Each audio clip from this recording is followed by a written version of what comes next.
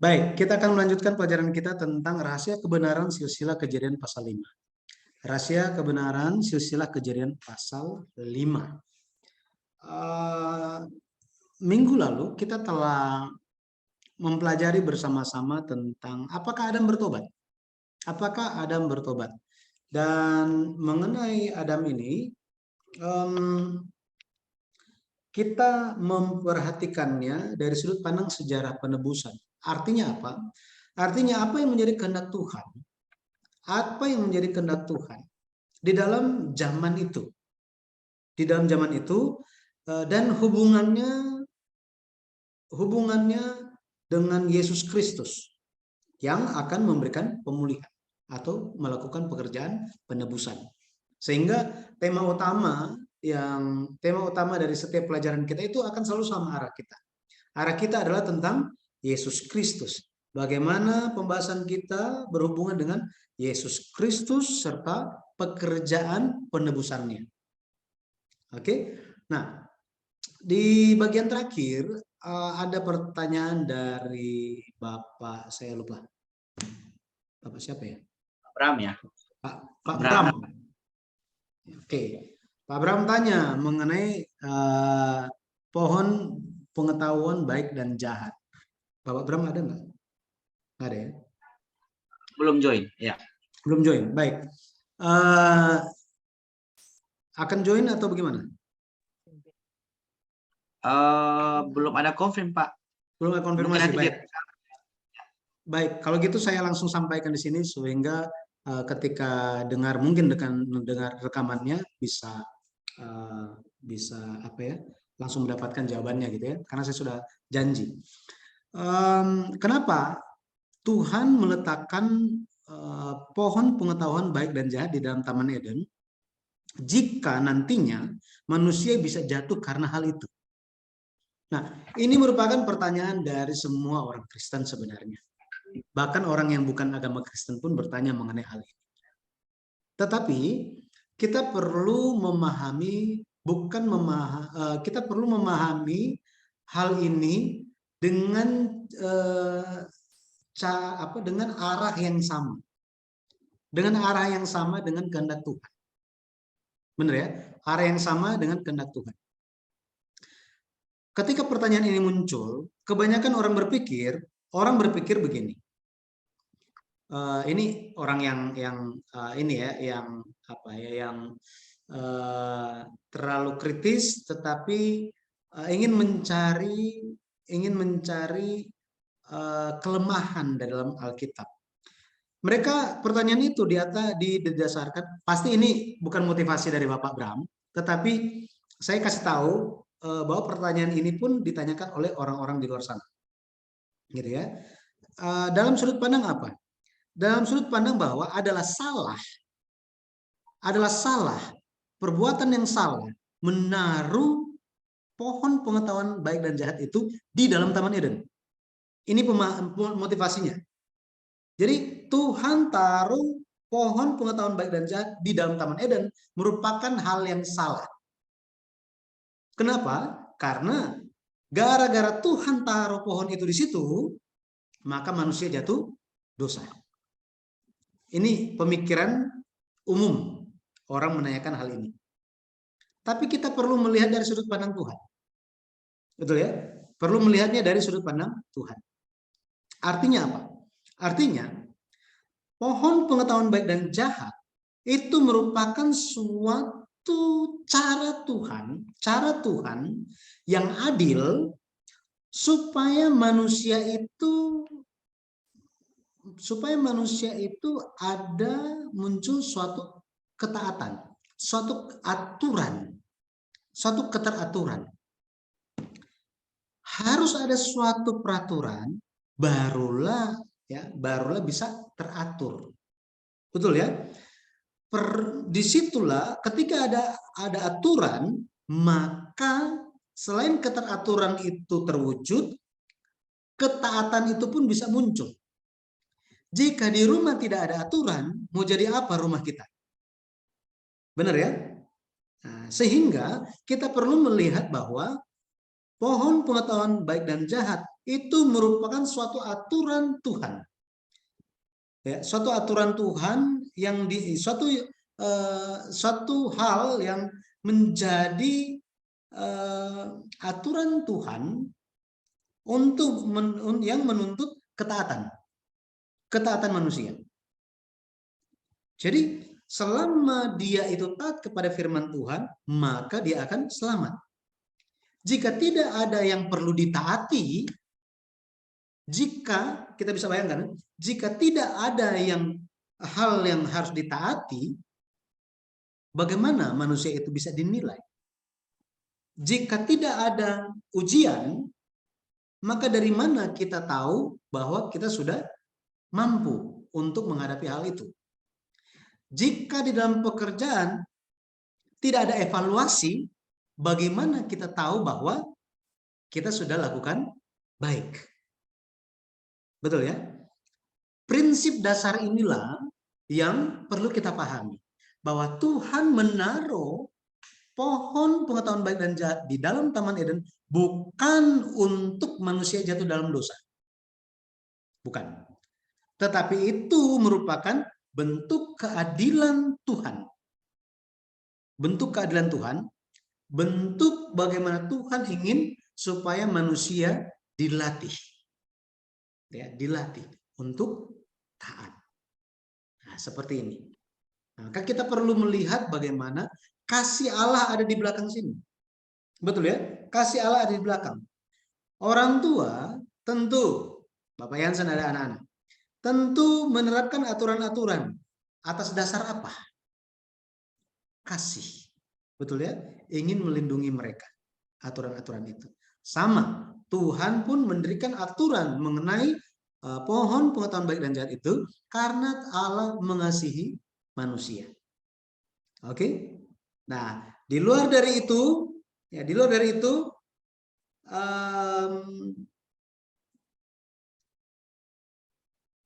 pendekatan-pendekatan yang dilakukan akan bisa berkembang dan tujuan penjelasannya akan menjadi menyimpang, akan menjadi kabur, gitu ya.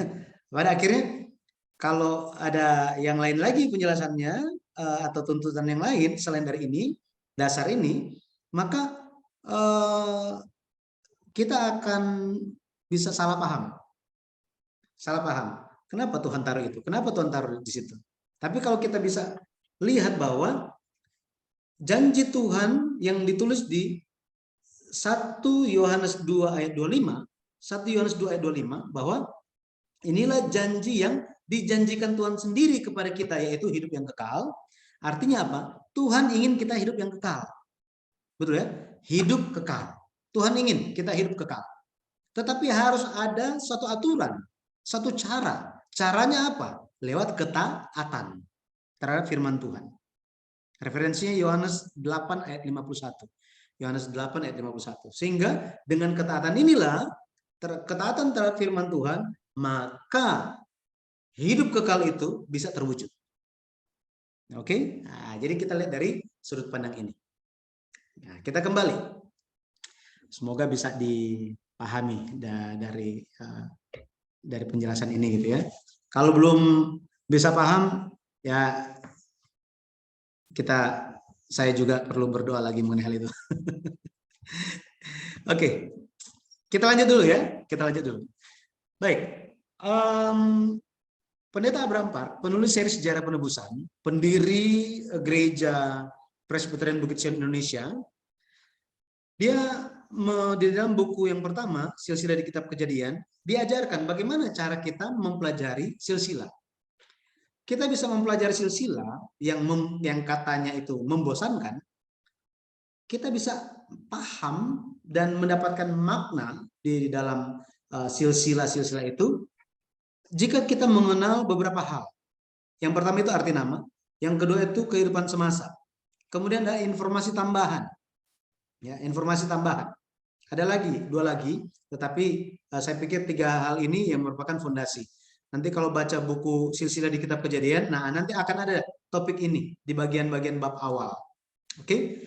Arti nama, kehidupan semasa, informasi tambahan. Nah, ini mengenai arti nama dari Adam generasi pertama sampai kepada Nuh generasi ke-10. Jadi ada Adam, Set, Enos, Kenan, Mahalalel, Yared, Henok, Metusala, Lamek, Nuh. Di setiap nama ini, kalau kita lihat mengenai nama, kenapa nama itu penting? Karena di dalam nama itu ada suatu harapan. Nama kita masing-masing diberikan oleh orang tua dengan suatu harapan atau ingin menceritakan apa yang terjadi di zaman ketika kita lahir, di zaman mereka hidup.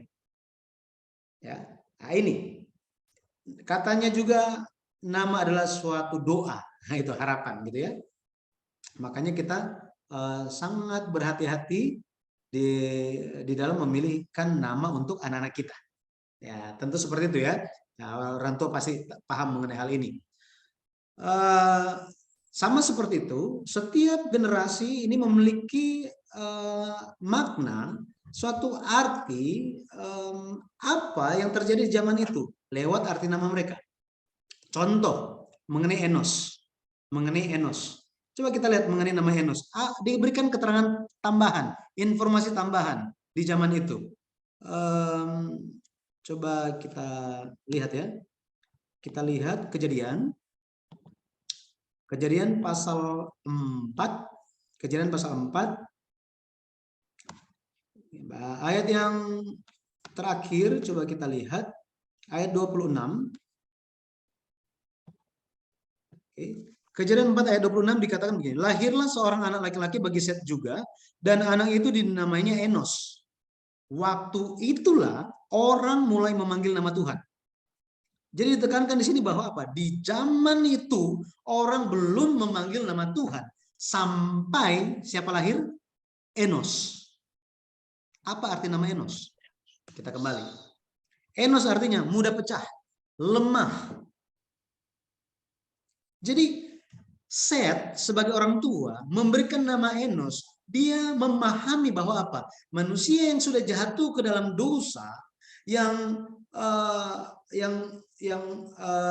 telah apa ya, yang harus bekerja keras di tanah, bekerja susah payah di tanah yang sudah dikutuk oleh Tuhan, manusia ini sangat lemah, mudah pecah, gitu ya. Artinya apa? Mudah hancur manusia itu. Makanya perlu siapa? Perlu Tuhan. Sehingga yang mereka lakukan apa di zaman itu? KKR. Kalau kita lihat, berseru kepada Tuhan, memanggil, berseru nama Tuhan. Seperti ini. Ini contohnya. Jadi kita bisa lihat dari arti nama bisa menggambarkan zaman itu seperti apa. Betul ya? Zaman itu seperti apa. Jadi ada informasi tambahan. Kemudian hidup semasa. Adam masih hidup sampai kepada Lamek. Sampai dengan Lamek. Generasi ke-9. Ini luar biasa kan? Jadi ada tujuan Adam itu hidup panjang umur. Sampai 930 tahun. Ada tujuannya. Untuk apa? Mewariskan iman. Jadi ketika kita masih hidup hari ini, kita perlu ingat bahwa apa? Kita ada tugas untuk mewariskan iman. Memastikan generasi di sekitar kita, generasi setelah kita, mereka itu berdiri teguh di dalam iman kepada Yesus Kristus. Nah, tabel di balik cover buku silsilah di Kitab Kejadian, Pendeta Abraham Pak menyusun tabel-tabel ini. Ya. Jadi silsilah di Kejadian pasal 5 dan pasal 11 dibuat dalam bentuk tabel. Pada akhirnya kita bisa tahu kehidupan semasa itu sangat penting. Apa itu? Pengaruh iman. Sangat penting. Ya, sangat penting pengaruh iman. Makanya kita bisa lihat di sini Adam hidup sampai 930 tahun. Maka dia hidup dengan siapa aja? Set, Enos, Kenan, Mahalalel, Yared, Henok masih. Metusala, Lamek, Nuh. Udah nggak ketemu. Ya, udah nggak ketemu dengan Nuh. Hanya sampai di Lamek saja. Oke. Nah, kita akan lihat nanti mengenai hal ini. Minggu lalu kita sudah membahas tentang pertobatan Adam. Ya, bukti bahwa Adam sudah bertobat itu apa? Pemberian nama kepada istrinya. Dari perempuan menjadi apa? Menjadi Hawa yang artinya hidup. ya, hidup. Kemudian jadi ini, jadi awalnya Adam menyalahkan istrinya, tidak membela istrinya, tetapi pada akhirnya Adam menamakan istrinya itu hidup. Ya. Faktor penyebab perubahan Adam itu gara-gara apa? Firman janji. Ya, janji tentang apa? Tentang keturunan perempuan. Kejadian 3 ayat 15. Ya, kita sudah bahas mengenai hal ini. Kemudian ada peristiwa anak Adam memberikan persembahan, kelahiran Set, pengganti Habel. Ini pun disebut bahwa apa? Tuhan memberi pengganti, ya, pengganti Habel katanya. Ya. Jadi tadi mengenai kita telah lihat mengenai pertobatan Adam. Ada bukti Adam telah bertobat, ya. Sehingga meskipun bicara mengenai kejatuhan, bicara mengenai maut, mengenai dosa, kita akan ingat Adam, tetapi lewat pelajaran silsilah di kitab Kejadian, kita pun bisa memahami bahwa Adam, meskipun dia telah melakukan dosa yang luar biasa yang menyebabkan manusia itu satu dunia jatuh dosa, dia telah bertobat. Maka kita pun harus menjalankan kehidupan yang bertobat. Hal yang kedua, kita akan lihat di sini, janji itu lebih kuat daripada kematian. Janji Tuhan untuk hidup yang kekal ini lebih kuat daripada kematian. Kalau kita lihat di Kejadian pasal 5, ini kita lihat Kejadian pasal 5 saja ya. Muncul 8 kali kata mati, dan mati. Tetapi kata memperanakan muncul 28 kali. Kata memperanakan di sini, kata memperanakan di sini di dalam bahasa Ibrani, akar katanya itu menunjuk kepada hidup. Hidup. Ya. Yalat, hidup, yalat. Nah, hidup ini lebih sering muncul, 28 kali muncul. Ya. Artinya apa? Artinya muncul suatu kehidupan yang baru. Kalau memperanakan atau dapat anak, berarti kan muncul kehidupan yang baru kan? Lewat perbandingan peristiwa kematian dan peristiwa memperanakan, lebih banyak muncul kata memperanakan. Di sini memberikan kita pelajaran bahwa tidak ada yang bisa menghentikan jalan kedatangan Mesias yang sudah dijanjikan. Makanya ini mengingatkan kita kepada Yohanes 10 ayat 29. Coba kita lihat ya. Yohanes 10. Kita lihat Yohanes pasal 10 ayat yang ke-29. Yohanes 10 ayat 29. Oke. Dikatakan apa? Bapakku yang memberikan mereka kepadaku lebih besar daripada siapapun.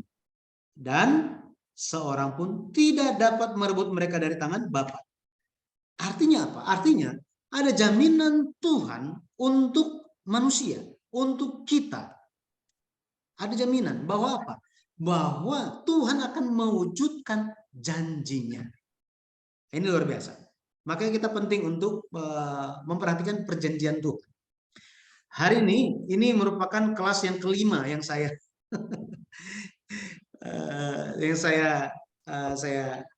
ajarkan gitu ya. Ini kelas yang kelima dalam hari Jumat. Karena tadi pagi saya dapat kabar dari STT, biasa saya mengajar itu. Ternyata ada kelas ya, ada kelas, dan saya itu ada 3 kelas STT mengajar STT yang sama tetapi kelasnya berbeda-beda, semester yang berbeda. Jadi saya mengajar teologi perjanjian lama 1, 3 dan 4 ya, dan 4. Teologi perjanjian lama 1 itu bicara tentang perjanjian ya, macam-macam perjanjian yang muncul di dalam Alkitab mengenai jenis-jenis perjanjian itu apa, tujuannya apa, bagaimana menggambarkan Yesus, hubungannya dengan kita apa. Nah, jadi STT itu saya mengajar 3 kelas dari jam 9 sampai jam 12, kemudian lanjut jam 2 sampai jam 3 lewat. Setelah itu jam 5 ngajar lagi. sampai jam 6. Ini kelas umum. Nah, kemudian malam hari ini di 5 kelas. Ya. Nah, jadi mengenai perjanjian Tuhan itu, Tuhan pasti akan menggenapi. Tidak ada yang bisa menghentikan. Oke. Nah, kalau kita lihat mengenai Adam, ya, kalau kita lihat mengenai Adam, secara khususnya tentang pewarisan iman, itu sudah terjadi. Nah, terakhir di pertemuan pertama 2 minggu lalu, saya telah memperkenalkan salah satunya tentang hal ini, bahwa pewarisan perjanjian, apakah itu sudah terjadi? Sudah terjadi antara Adam dan Lamek generasi ke-9. Apakah ada bukti yang mencatat di dalam Alkitab bahwa pewarisan iman itu sudah terjadi? Ya. Nah, di sini Adam, dia dan Lamek generasi ke-9 itu hidup selama di sini 56 tahun. Jadi kalau kita lihat yang merah-merah ini, jadi ini kan Adam, ini umurnya Adam, kehidupan Adam. Dia hidup semasa dengan anaknya Set itu berapa tahun? 800 tahun. Dengan cucunya berapa tahun? 695 tahun. Dengan cicitnya berapa tahun? Kenan? 605 tahun. Dengan Mahalalel berapa lama? Nah ini. Sampai generasi ke-9, Adam masih hidup semasa selama 56 tahun. Hidup semasa. Bukan hanya hidup semasa, tetapi hidup semasa sambil mewariskan iman. 56 tahun. Kehidupan semasa antara Adam dan Lamek. Bahkan orang Israel nggak tahu mengenai hal ini. Orang Yahudi nggak tahu. Ini merupakan penyingkapan pertama sepanjang sejarah dunia. Nggak ada yang komplain mengenai pernyataan ini. Nggak ada yang protes. Kenapa? Karena memang banyak orang pikir silsilah itu ya silsilah aja. Angka-angka ya hanya angka saja. Tetapi lewat pencerahan Roh Kudus, penyingkapan ini diberikan kepada Pendeta Abraham Park untuk dibagikan kepada dunia. Supaya kita bisa melihat betapa pentingnya pewarisan iman. Pewarisan iman. Ya. Jadi, apakah ada bukti? Coba kita baca. Kejadian 5 ayat 29. Kejadian 5 ayat 29. Ya, kita lihat. Kejadian 5 ayatnya yang ke-29. Coba kita lihat. Ayatnya yang ke-29. Ya, kita baca. Dan memberi nama Nuh kepadanya, katanya, anak ini akan memberi kepada kita penghiburan dalam pekerjaan kita yang penuh susah payah di tanah yang telah terkutuk oleh Tuhan. Ini adalah pengakuan Lamek ketika ia memberikan nama Nuh kepada anaknya. Pengakuan Lamek itu ada 2 hal. Ya, dia mengharapkan penghiburan. Kenapa? Kenapa dia perlu penghiburan? Penghiburan, ya, karena 2 hal. Karena manusia di zamannya Lamek itu hidup penuh susah payah, bekerja dengan susah payah. Kemudian apa? Tanah telah terkutuk. Dari mana dia tahu mengenai hal ini? Kita lihat Kejadian pasal 3 ayatnya yang ke-17. Kita lihat ayatnya yang ke 17. Kejadian 3 ayat yang ke-17. Dikatakan begini. Lalu firman-Nya kepada manusia itu, karena engkau mendengarkan perkataan istrimu dan memakan dari buah pohon yang telah kuperintahkan kepadamu, jangan makan daripadanya, maka terkutuklah tanah karena engkau. Dengan bersusah payah engkau akan mencari rezekimu dari tanah seumur hidupmu. Jadi mengenai bekerja susah payah dan mengenai tanah yang telah terkutuk, ini merupakan firman yang Tuhan berikan kepada siapa? Kepada Adam di dalam Taman Eden. Allah berikan ini. Allah sampaikan. Bagaimana Lamek bisa tahu? Nah, betul ya? Karena apa? Karena mereka masih hidup semasa selama 56 tahun. kehidupan semasa selama 56 tahun ini dan pengakuan Lamek serta firman Tuhan yang disampaikan kepada Adam di Kejadian 3 ayat 17. Tiga hal ini merupakan bukti yang sangat cukup untuk kita bisa paham bahwa apa? Telah terjadi pewarisan iman antara Adam dan Lamek, generasi ke-9. Ya, telah terjadi pewarisan iman. Seperti ini. Ya. Haleluya. Maka betapa ajaib pekerjaan Tuhan itu. Betapa ajaib pekerjaan Tuhan itu. Biasanya manusia lupa mengenai hal-hal yang dia dengar. Betul ya? Jangankan itu. Pendeta baru khotbah hari Minggu, hari Senin sudah lupa. Betul ya? Akan tetapi di zaman dulu, di zaman Adam, bahkan handphone belum ada, bahkan kertas untuk tulis itu belum ada. Cuma lewat bicara dan dengar dengan telinga, pewarisan iman bisa terjadi. Hari ini sangat maju peradaban manusia. Tetapi apakah pewarisan iman itu terjadi? Ini yang harus menjadi doa kita. Betul ya? Harus menjadi doa kita. Supaya apa? Supaya bagaimana iman orang tua kita, bagaimana rohani, pemimpin-pemimpin rohani yang ada sebelum kita. Bagaimana supaya iman ini bisa sampai kepada semua orang Kristen di tempat kita tinggal. Betul kan? Ini menjadi misi kita. Ya. Supaya mereka bisa sadar bahwa hidup itu bukan mengenai roti saja. Bukan mengenai makanan jasmani saja. Yesus katakan di Matius 4 ayat 4 apa? Manusia tidak hidup dari roti saja, melainkan manusia hidup dari firman yang disampaikan Tuhan. Nah, ini luar biasa. Betul ya? Ini luar biasa. Yesus sementara mengutip apa yang Musa katakan. Ya, Musa katakan. Selama 40 tahun ini Tuhan menurunkan mana di padang gurun. Supaya apa? Supaya bisa makan gratis? Enggak, bukan itu tujuannya. Supaya kami bisa hidup, bukan itu tujuannya. Ada tujuan yang lebih besar. Tujuannya itu adalah apa?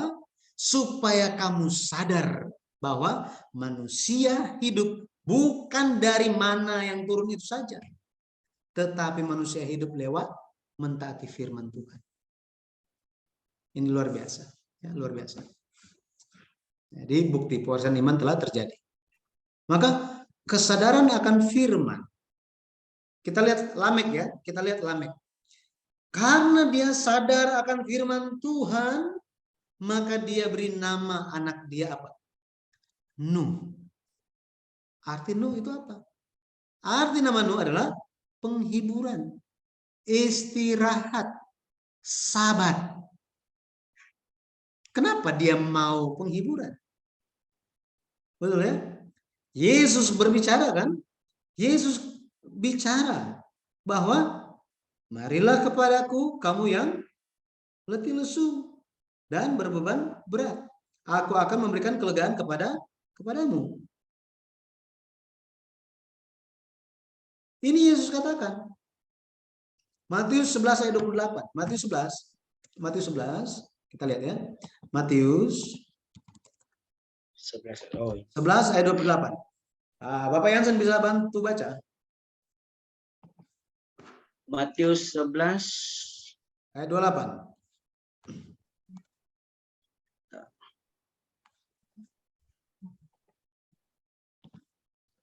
Matius 11 ayat 28. Ya.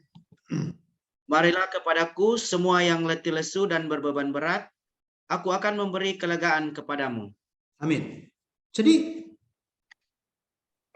ahli-ahli teologi ya, ketika mereka baca Kejadian pasal 5 ayat 29, mereka berkata begini, Lamek salah mengira, dia pikir anak dia Mesias. Dia pikir anaknya apa? Mesias. Keturunan perempuan yang dijanjikan kepada Adam.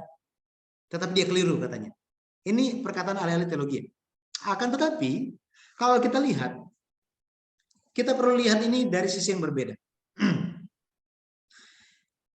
Di zaman Nuh, ya, zaman Nuh. Nah, saya tanya dulu.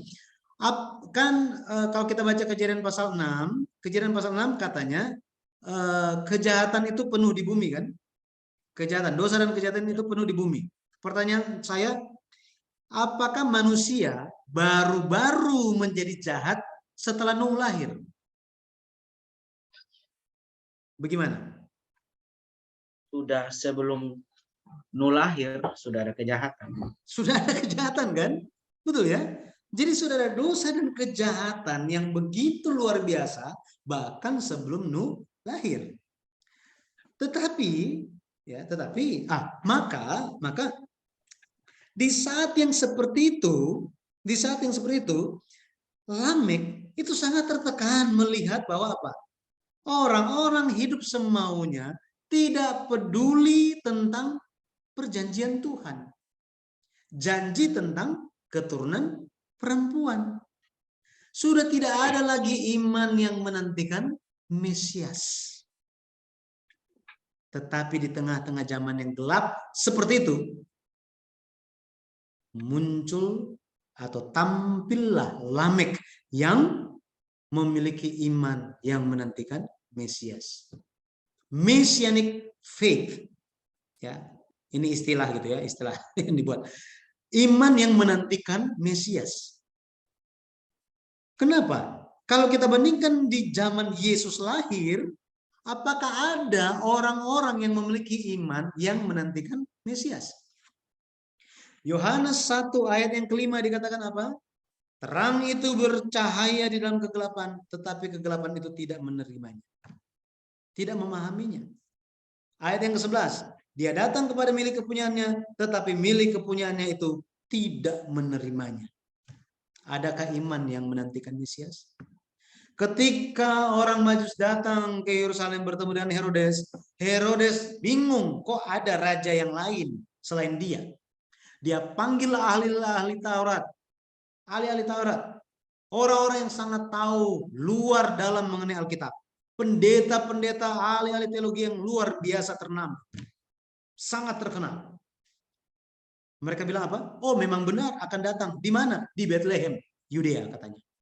Apakah setelah mereka memberikan jawaban, informasi, penjelasan yang luar biasa kepada Herodes, gembala-gembala ini, ya, gembala-gembala rohani ini, apakah mereka menantikan Yesus pergi ke Bethlehem dan menyembah Yesus?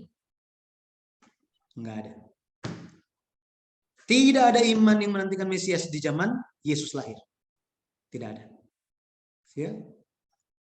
Tetapi di zamannya Lamek memiliki iman yang menantikan Mesias. Gara-gara ini, karena dia sadar akan firman Tuhan, maka dia kasih nama anaknya Nuh. Ketika kita ada kesadaran akan firman Tuhan, maka hidup kita pun bisa berubah. Adam dia sadar bahwa apa? Lewat keluarganya, lewat istrinya, perempuan yang ada di samping dia, maka pemulihan itu akan terjadi. Dia sadar tentang janji firman ini. Lamek dia sadar akan firman Tuhan, makanya dia kasih nama Nuh, dan dia didik anak dia dengan apa? Dengan tegas mengenai iman. Nuh bisa jadi orang yang beriman datang dari mana? Dari orang tua. Bahkan apa? Dari orang-orang sebelum dia. Nanti kita akan lihat bagaimana hubungan Metusala dan Nuh. Ya, Metusala dan Nuh. Oke, kita lihat sedikit mengenai Henok ya. Sedikit mengenai Henok. Beberapa fakta mengenai Adam dan Henok. Jadi tadi Adam dan Lamek. Nah, sekarang kita akan lihat mengenai Adam dan Henok. Mengenai Adam dan Henok. Ketika Adam umur 622 tahun, Henok lahir. Gitu ya. Adam umur 687 tahun. Ya, ini 65 tahun ketika Henok umur 65 tahun. Adam melihat bahwa Henok mulai hidup berjalan bersama dengan Allah. Hidup bergaul bersama dengan Allah. Hidup berjalan bersama dengan Allah. Nah, ketika Adam mati di umur 930 tahun, Henok waktu itu umurnya 308 tahun. Kemudian apa? 57 tahun setelah Adam mati, Henok berumur 365 tahun. Apa yang terjadi waktu itu? Henok diubah. Dia tidak mengalami kematian. Dia tiba-tiba terangkat ke sorga. Kalau kita lihat dalam tabel kira-kira seperti ini. Kehidupan Henok itu, ya, kehidupan Henok itu selama ini. Oke, 365 tahun. Dia tidak mati, oke? Dia terangkat ke sorga. Jadi kita lihat kehidupan Henok selama 365 tahun. 65 tahun pertama tidak disebutkan bahwa Henok hidup berjalan bersama dengan Allah. Enggak ada. Tetapi setelah dia umur 65 tahun, baru dia mulai hidup berjalan bersama dengan Allah. Alkitab Indonesia bilang hidup bergaul dengan Allah. Berapa lama dia hidup bergaul bersama dengan Allah? Berjalan bersama dengan Allah? 300 tahun. 300 tahun. Ya. 300 tahun ini bisa dibagi dua. Bisa dibagi dua. 243 tahun dan 57 tahun. Artinya apa? Apa arti angka 243 tahun ini? Artinya Adam menyaksikan Henok hidup berjalan bersama dengan Allah selama berapa lama? Selama 243 tahun. Kemudian apa? Setelah Adam tidak ada lagi, Henok hidup. Dia tetap hidup berjalan bersama dengan Allah selama 57 tahun. Meskipun Adam sudah tidak ada. Apa sih? Apa arti angka-angka ini? Apa artinya?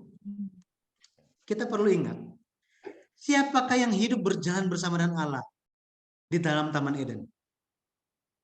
Itu adalah Adam. Adam merupakan manusia yang hidup berjalan bersama dengan Allah di dalam Taman Eden. Tetapi dia jatuh dosa. Setelah waktu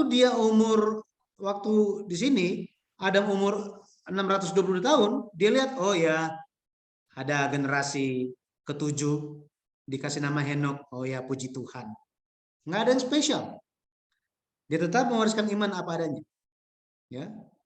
Tetapi ketika Adam berumur 687 tahun, Adam sangat kaget. Kenapa? Karena dia melihat ada satu orang generasi di bawah dia yang ciri-cirinya mengingatkan diri dia dulu waktu masih di dalam Taman Eden.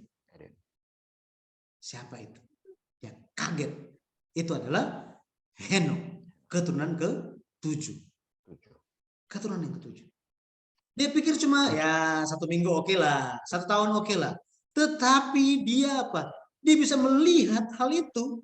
Pada akhirnya Adam menjadi guru dari Henok. Betul kan? Guru dari Henok. Kenapa? Bagaimana cara hidup berjalan bersama dengan Allah? Bagaimana dia bisa tahu? Ada yang pernah hidup berjalan bersama dengan Allah. Siapa dia? Kakek Adam. Henok belajar dari dia. Jadi Henok hidup berjalan bersama dengan Allah di bawah tuntunan sang guru, yaitu Adam, selama 243 tahun lagi. 243 tahun. Tetapi tiba-tiba gurunya nggak ada lagi. Biasanya setelah pemimpin rohani nggak ada, setelah gembala nggak ada, majelis goyang. Benar ya? Ini masalah gereja di seluruh dunia. Goyang. Sama. Harusnya Henok goyang kan? Bayangkan. Gurunya ini sudah nggak ada. Yang lain nggak ada yang bisa cerita seperti apa Taman Eden itu. Gurunya sudah tidak ada lagi. Tetapi luar biasanya, dia masih tetap ingat pengajaran kakek Adam. Dan dia masih hidup, berjalan bersama dengan Allah 57 tahun setelah Adam nggak ada. Setelah itu dia diubah. Luar biasa. Maka angka-angka ini pada akhirnya berbicara kepada kita dan memberikan kita pengajaran. Perhatikanlah tahun-tahun keturunan yang lalu. Telitilah, perhatikanlah, analisalah, sadarilah, terimalah hikmat mengenai silsilah. Dari sini kita dapat hikmat dari Tuhan. Amin. Ya. Kita bisa dapat pelajaran yang berharga lewat angka-angka ini. Satu hal yang sangat-sangat berharga. Makanya buku sejarah permusuhan itu berbeda dari buku-buku yang lain. Bicara apa adanya tentang firman Tuhan dan menyatakan apa adanya firman Tuhan. Ya. Membantu kita untuk memahami Alkitab sebagai firman Tuhan. Ya, jadi pada akhirnya kesimpulannya itu apa? Ya, kesimpulannya itu apa? Kita bisa lihat bahwa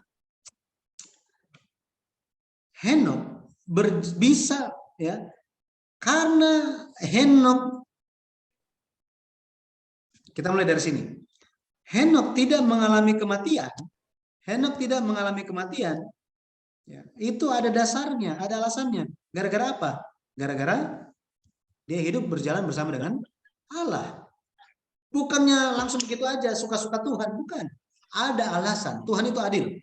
Tuhan itu adil. Sangat adil. Ya. Makanya lewat hidup berjalan bersama dengan Allah ini pun kita diajarkan. Arti nama Henok itu adalah guru. Ada 3 artinya. Guru, dedikasi, dan perintis. Ya, pionir, perintis.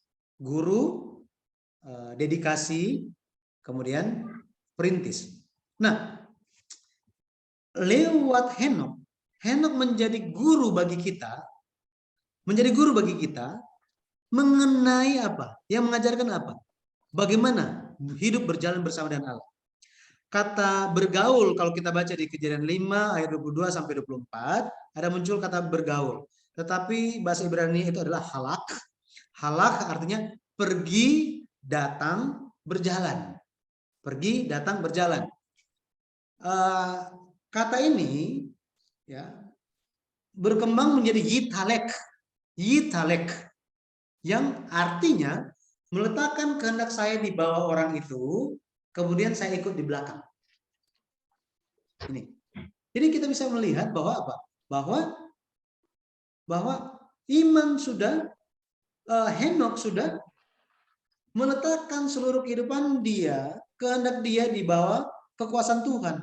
Dia ikut apa adanya kehendak Tuhan.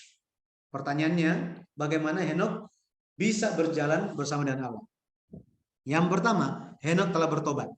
Ya, Henok telah bertobat. Kenapa? Karena untuk bisa memperoleh keselamatan itu harus ada pertobatan. Ya, harus ada pertobatan. Dari mana kita tahu bahwa dia sudah bertobat? Kita kembali ke tabel. Ya, ke tabel. Kita bisa tahu dia sudah bertobat lewat usia ini. Usia 65 tahun. Usia 65 tahun. Kenapa? Sebelumnya Alkitab tidak katakan bahwa dia hidup berjalan bersama dengan Allah. Tidak pernah katakan. Dia baru hidup berjalan bersama dengan Allah setelah 65 tahun. Sama seperti ini. Dulu kita hidup semau kita. Kalau saya sedikit cerita tentang diri saya gitu ya. Sedikit aja ya. Dulu saya aktif di band, punk rock band. Saya hidup semau diri saya. Ya. menjadi vokalis, pergi kemana-mana. Ya, hidup adalah saya menjadi raja atas diri saya sendiri. Oke, sampai apa? Sampai band itu dibubarkan. Akhirnya saya nggak ada kegiatan yang lain. Kenapa? Karena kegiatan band itu kan hari Minggu, Sabtu Minggu. Akhirnya itu udah nggak ada sama sekali. Cuma ada kegiatan cuma satu aja, apa? Ke gereja. Ke gereja.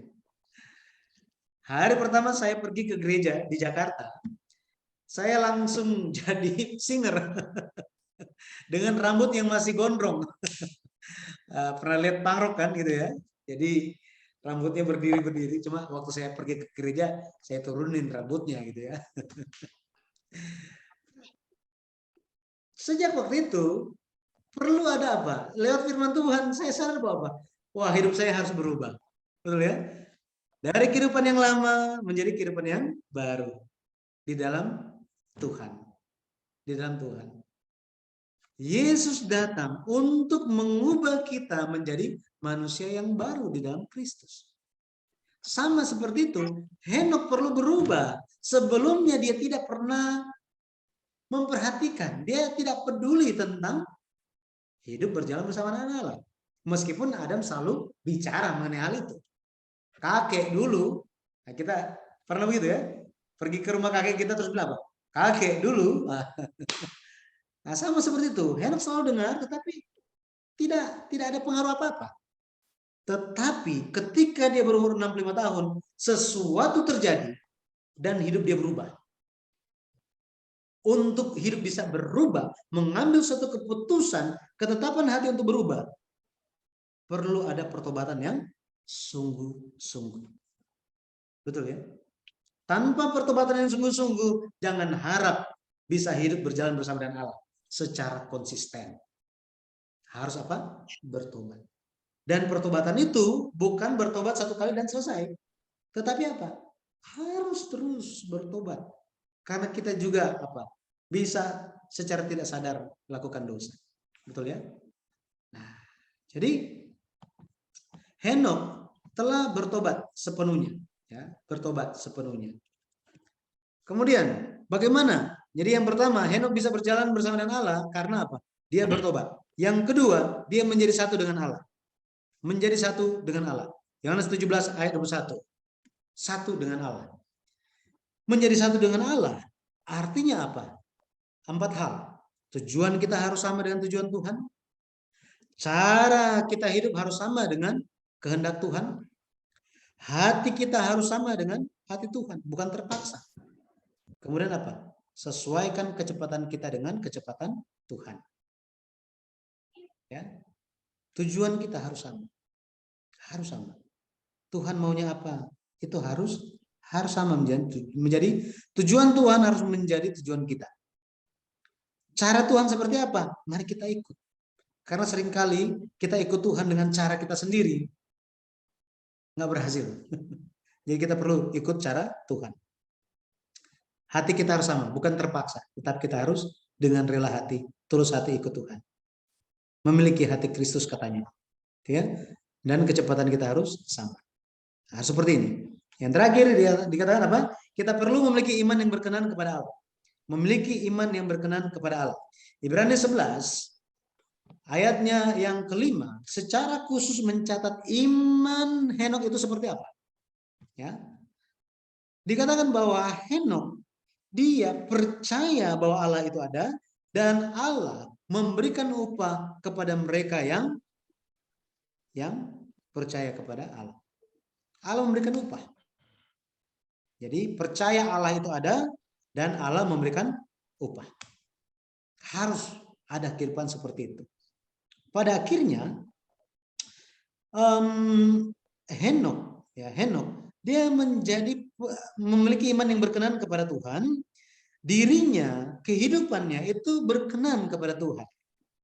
Makanya Roma 12 ayat 1 dikatakan bahwa tubuh kita, hidup kita harus menjadi persembahan yang hidup di hadapan Tuhan. Yudas 1 ayat 14 dikatakan bahwa Henok memberitakan kedatangan Tuhan. Artinya apa? Dia menginjil. Jadi dua hal yang berkenan kepada Allah. Yang pertama, itu adalah kehidupan penyembahan, ya, beribadah. Yang kedua itu adalah kehidupan menginjil, sampaikan kabar baik keselamatan dari Tuhan. Dua hal ini harus kita laksanakan. Ya. Jadi kesimpulannya, Henokh dia mulai hidup berjalan bersama dengan Allah sejak kapan? Sejak umur 65 tahun. Apa yang terjadi waktu dia umur 65 tahun? Itu adalah Metusala lahir. Anaknya lahir. Apa maksudnya? Ya. Apa maksudnya? Setelah Metusala lahir, kemudian hidupnya itu mulai berubah. Dia mulai hidup berjalan bersama dengan Allah. Apa arti kelahiran Metusala ini bagi Henokh? Sampai-sampai Henokh itu hidupnya berubah drastis dan mulai hidup berjalan bersama dengan Allah. Kita akan bahas dalam pertemuan selanjutnya. Oke? Ya. Baik. Oke. Semoga bisa dipahami. Tadi Ibu Evangeline, siapa Evangeline? Tadi siapa? Angel. Angel. Oh, Angel ya. Tadi masih Sampai ada, habis. ini udah nggak ada. Oke, it's okay. Baik, ada yang mau cukup jelas penjelasannya? Oke. Mungkin saya, Pak Pendeta. Silakan. Ya, tadi kan dikatakan Henokh itu mulai bertobat ya. Jadi kalau dalam catatan angka-angka itu 65 tahun itu dia tidak hidup, anggaplah tidak hidup di dalam Tuhan. Dalam itu. Tetapi kalau saya baca di mungkin kalau di bahasa Indonesia terjemahan baru di situ di ayat 22 Kejadian 5 ayat 22 di situ dikatakan dan Henokh hidup bergaul dengan Allah selama 300 tahun lagi. Ya, saya sih melihat kata lagi ini sehingga saya pikir apakah keterangan ini bisa menyimpulkan bahwa sebenarnya 65 tahun dari dia lahir pun dia sudah hidup di dalam Tuhan. Baik. Tapi saya lihat kalau di terjemahan Inggris atau ini sih tidak dikatakan again atau apa sih langsung begitu sih. Atau mungkin karena terjemahan Indonesianya. Mungkin butuh penjelasan Pak Pendeta. Baik.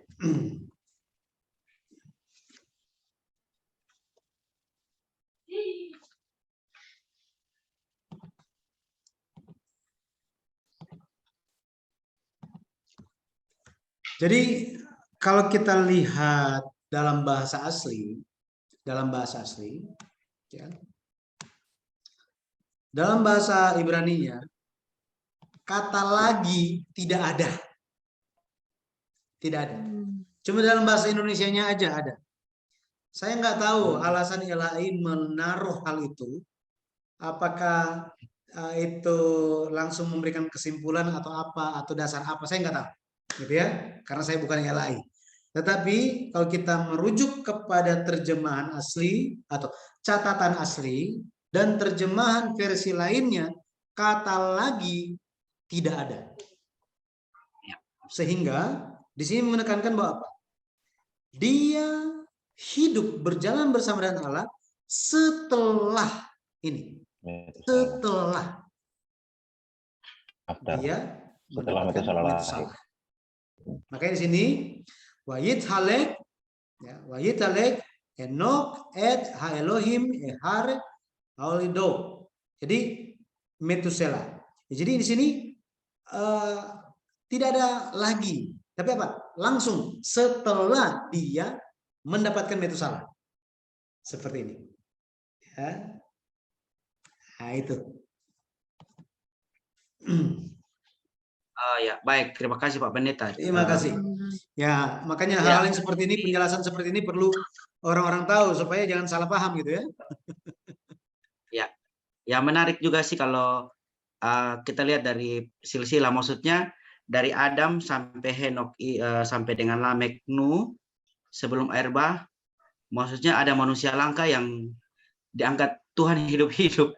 Maksudnya itu mungkin seperti suatu pengharapan, dan kalau saya lihat 65 tahun, dia baru 300 tahun, kasih karunia itu tidak terbatas. Berapa tahun kita hidup dalam dosa dan tidak. Maksudnya ada momen di mana keselamatan itu hadir untuk semua orang. Jadi kayak saya lihat waktu 65 tahun dia tidak dalam Tuhan, 300 tahun dia dalam Tuhan, dia bergaul dengan Tuhan, memang waktunya lebih banyak Pak Pendeta. Tapi kan Tuhan tidak melihat 65 tahun yang lalu, tetapi dia diangkat hidup-hidup. Wah, itu hal yang bagi saya luar biasa. Maksudnya kalau kita berbicara terhadap orang berdosa, wah ini pengharapan besar. Ada harapan bagi setiap orang. Seperti itu. Baik, terima kasih Pak Pendeta. Terima kasih. Jadi saya teringat satu hal lagi di bagian kesimpulan yang menjadi pengharapan besar bagi kita begini. Di dalam Taman Eden, Adam tidak bisa hidup berjalan bersama dengan Allah di dalam Taman Eden. Tetapi Henok bisa hidup berjalan bersama dengan Allah dan diubah, terangkat ke surga, hidup-hidup di luar Taman Eden. Kita hari ini ada di luar Taman Eden. Berarti bagi kita ada harapan. Betul ya? Ada harapan yang luar biasa. Ini luar biasa. Ya, makanya Tuhan, kita dari fakta ini pun kita bisa lihat kasih Tuhan sangat besar. Ya. Yesus sangat mengasihi kita. Dia ingin memberikan ubah itu kepada kita. Di Yohanes pasal 11, di depan kuburnya si Lazarus, Yesus bilang, akulah kebangkitan dan hidup. Barang siapa percaya kepada aku, meskipun sudah mati, akan bangkit, akan hidup lagi. Oh, semua amin. Tapi Yesus bilang apa? Dan yang masih hidup, jika percaya kepadaku, nggak akan mati sampai selama-lamanya. Yesus tanya, percaya nggak? Nggak ada yang komen. Nggak ada yang komen. Jadi di dalam Yesus, hidup kekal, ubah, itu ada. Dan itu disediakan bagi orang yang percaya. Nah, jadi mari kita memiliki pengharapan itu. Ya, pengharapan itu. Meskipun waktunya kita nggak tahu, tetapi marilah kita miliki pengharapan itu. Ya. Baik.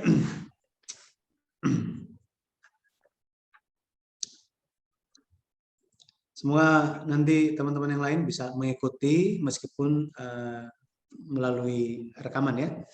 Nanti saya akan kirimkan, saya upload malam ini juga supaya besok bisa dilihat. Oke.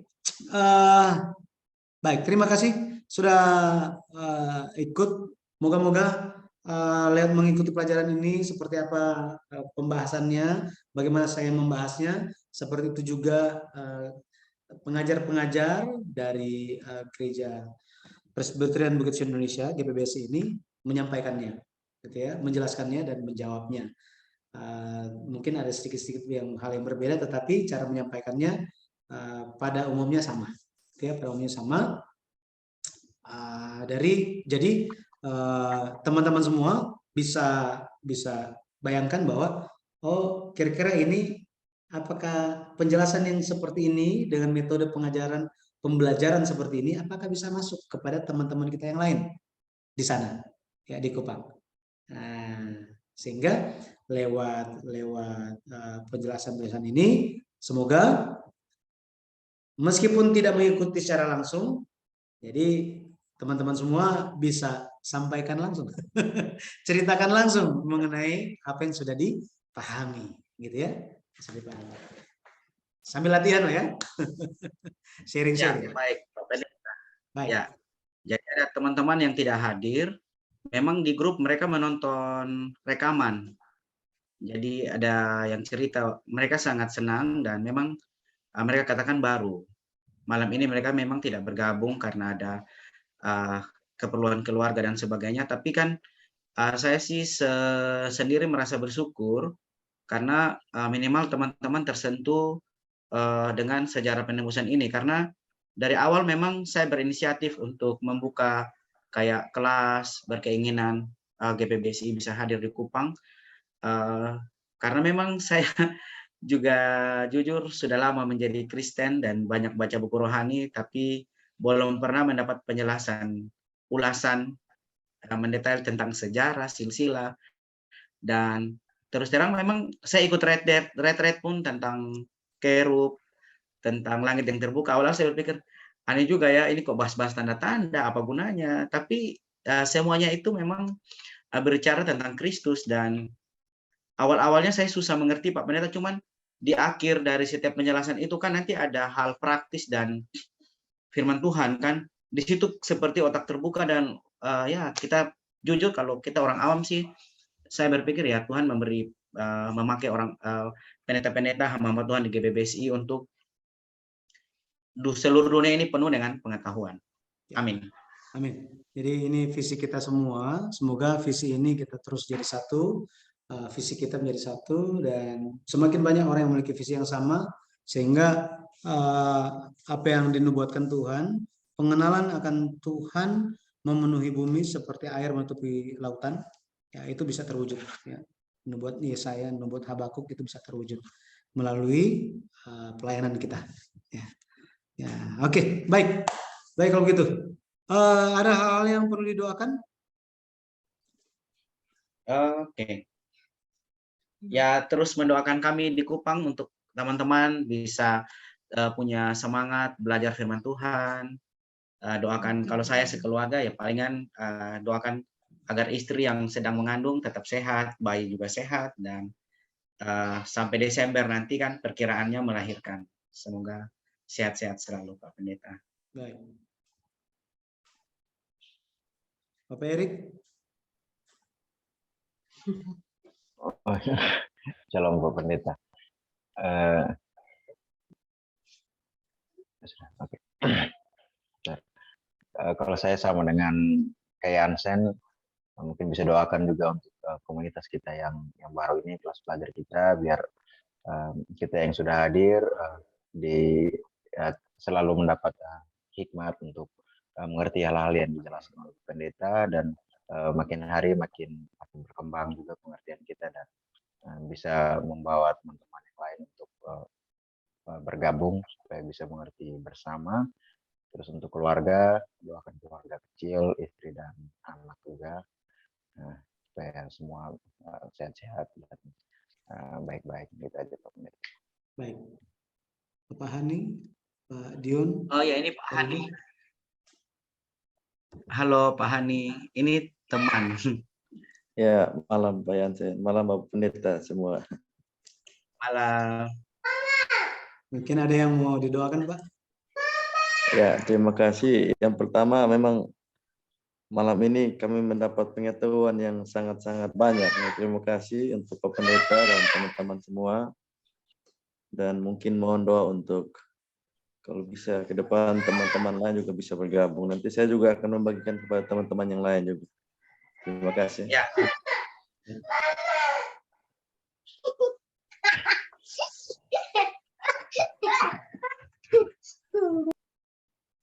Baik.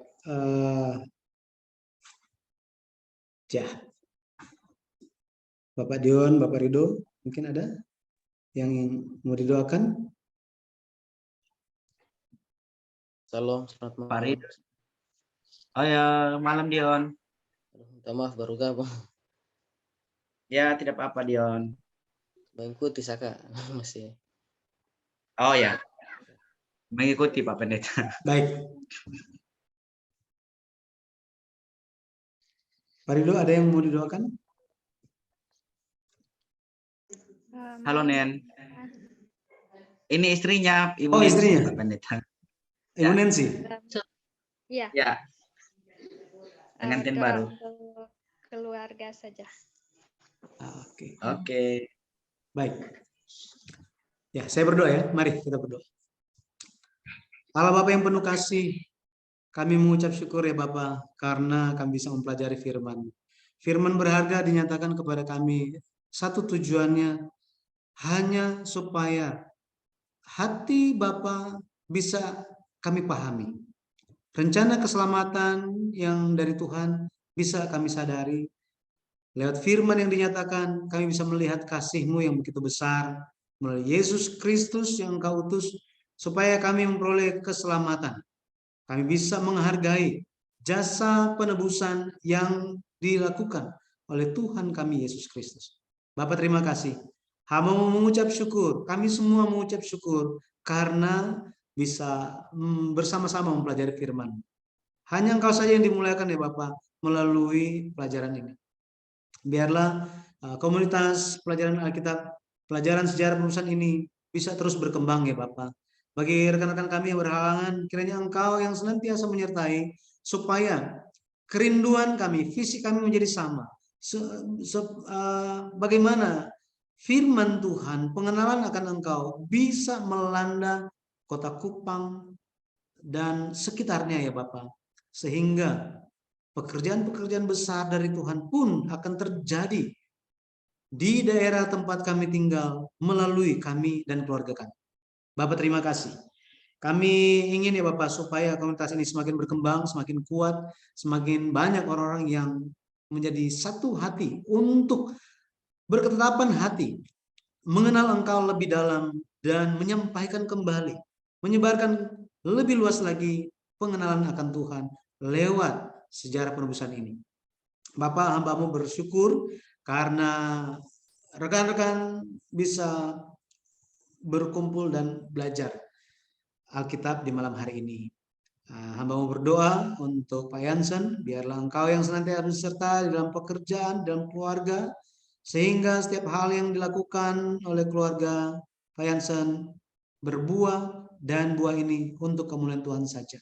Secara khusus untuk istri yang sedang mengandung, yang dalam jadwalnya bulan Desember akan melahirkan, kami memohonkan kasih Bapa yang akan menyertai sehingga bayi dalam kandungan sehat, bertumbuh dengan baik, dengan sehat, dan biarlah Bapa, Ibu pun sehat senantiasa. Engkau Bapa yang telah memakai keluarga ini sebagai fondasi di dalam pekerjaan penyebaran firman-Mu, biarlah Bapa Engkau yang akan membuat setiap harapan dalam kehidupannya semuanya Bapak bisa diwujudkan.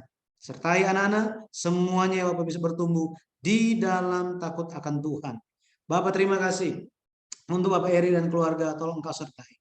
Setiap pekerjaan yang dilakukan oleh keluarga ini ya Bapak, tolong Engkau yang akan menyertai, Engkau yang akan membukakan jalan-jalan kehidupan mereka, sehingga mereka bisa memberikan kemuliaan hanya untuk Tuhan saja lewat keberhasilan di dalam kehidupan mereka.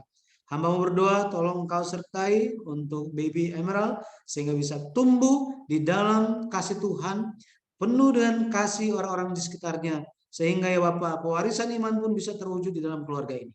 Bapak, tolong ya Bapak Engkau memberikan kesehatan dan kekuatan bagi sisi keluarga. Kamu berdoa, tolong sertai untuk keluarga Ibu Nancy, keluarga dari Bapak Dion, dan juga untuk keluarga Bapak Hani, senantiasa Engkau yang campur tangan dalam kehidupan mereka, dan biarlah Bapak lihat keluarga mereka, nama Tuhan saja yang dimuliakan, pekerjaan-pekerjaan besar pada akhirnya bisa terjadi di dalam keluarga. Terpujilah nama Tuhan, kami bersyukur kepadamu ya Bapak, sisa malam hari ini kami serahkan di dalam tangan-Mu. Sampai kami bertemu lagi, dan kami bisa menjaga hari Tuhan dengan baik, mengikuti setiap firman-Mu, biarlah Bapak Engkau yang menjaga, melindungi setiap langkah kehidupan kami. Terpujilah nama Tuhan, dengan meninggikan nama Yesus Kristus kami berdoa. Amin. Baik, terima kasih.